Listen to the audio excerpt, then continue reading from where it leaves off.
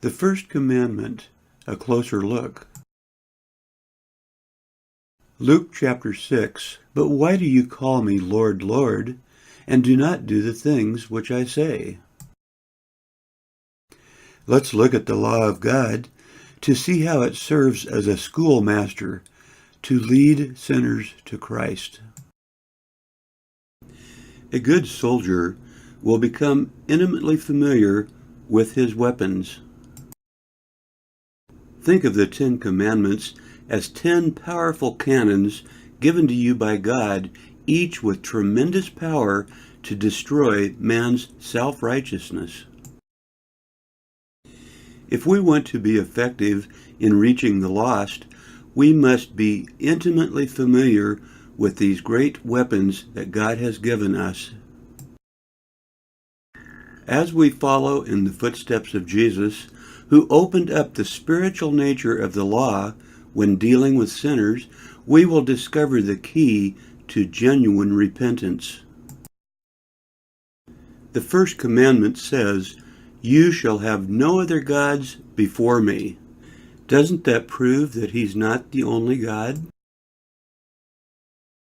Hindus have millions of gods. Sometimes gods are made of wood or stone. Other times, man makes up a god in his own mind. Whatever the case, making a god to suit yourself is called idolatry, and it is a transgression of both the first and second commandments.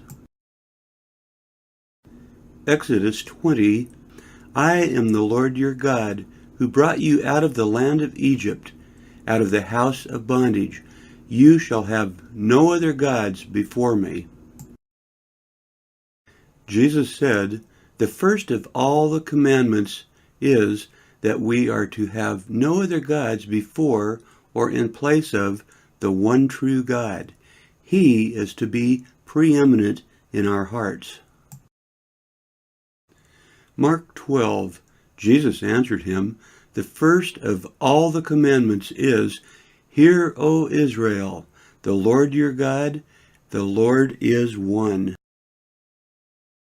And you shall love the Lord your God with all your heart, with all your soul, with all your mind, and all your strength.' This is the first commandment." There is only one who can stand uncondemned regarding this commandment.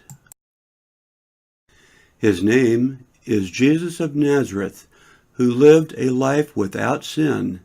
He was perfect in thought, word, and deed. See Hebrews 4:15.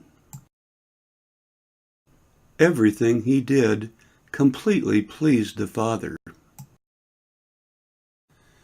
The cross not only revealed that he loved his Father with all his heart, soul, mind, and strength, but it proved that he loved his neighbor as much as he loved himself.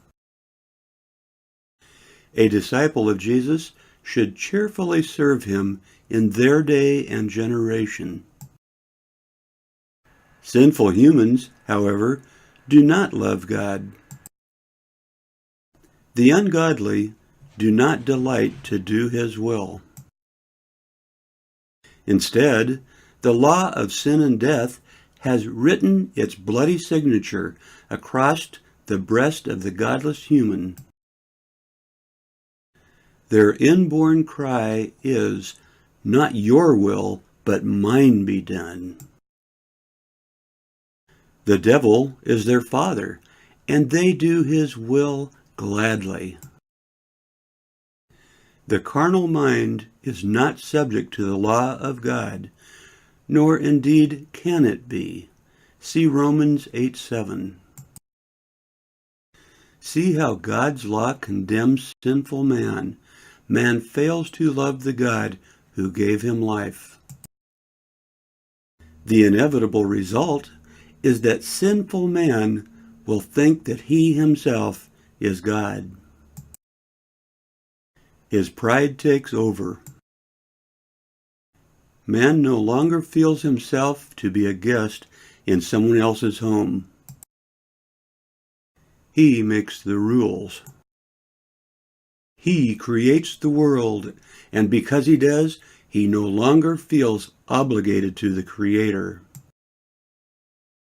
He no longer has to justify his behavior, for he is now the architect of the universe. He is responsible to nobody outside of himself, for he is the kingdom, the power, and the glory forever and ever. A father once purchased a TV for his kids to watch cartoons in the afternoon. When he arrived home that night, his kids didn't come to greet him. They were busy watching TV. His homecoming had become a non-event. He walked over to the TV and turned it off. He explained to the children that he purchased it for their pleasure, but if it came between him and their love for him, it was going away. They were setting their affection on the gift rather than on the giver. If we love anything more than God, our spouse, child, car, sport, or even our own life, we are setting our affection on the gift rather than on the giver. Placing anything above God is a transgression of the first of the 10 Commandments. Jesus said in Mark 12, "And you shall love the Lord your God with all your heart, with all your soul, with all your mind, and with all your strength. This is the first commandment."